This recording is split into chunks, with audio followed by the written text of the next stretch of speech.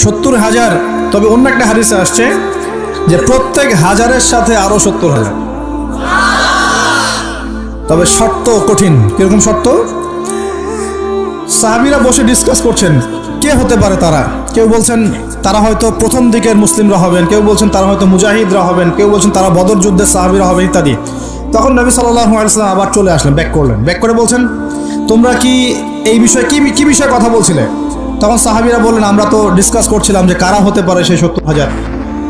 নবীজি বললেন শোনো, ওই 70,000 মানুষ, এক নাম্বার, ওই 70,000 মানুষ পাখি উড়িয়ে ভাগ্য গণনা করে না। প্রথম কাজটা কি? মানে তারা ইসলাম এত কঠিনভাবে পালন করে যে পাখি উড়িয়ে ভাগ্য গণনা বা হাত দেখা, রাশিফল, এরকম শিরিকের ধার কাছেও নাই। তার শিরিকের ধার কাছেও নাই। 2 নাম্বার, তারা আগুনের শেকা বা উল্কি দিয়ে, এই ট্যাটু আছে না, ট্যাটু উল্কি আঁকে আগুন দিয়ে, এই ধরনের ট্যাটু উল্কি তারা আঁকে না শরীরের মধ্যে। এইসব কুলক্ষণে সুলক্ষণে তারা বিশ্বাস করে না।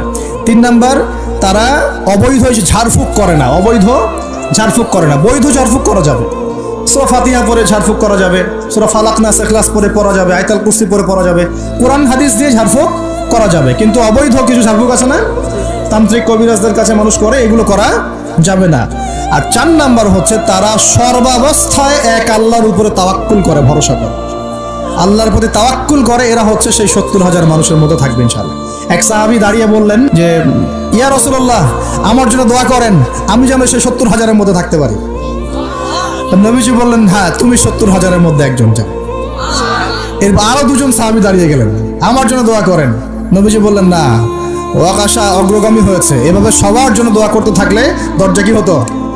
বন্ধ হয়ে যেত। তো এই দরজা খোলা আছে। এই যুগের মানুষও হতে পারে না? যে ব্যক্তি শিরক করে না, আল্লাহ ভরসা করে, কোন রকম কুলক্ষণ বিশ্বাস করে না, ইসলাম পরিপূর্ণরূপে পালন করে, ইনশাআল্লাহ তাআলা আল্লাহ চাইলে তাদেরকে আল্লাহ পাক 70,000-এর মধ্যে আশ্রয় দিবেন, অংশ দিবেন ইনশাআল্লাহ তাআলা।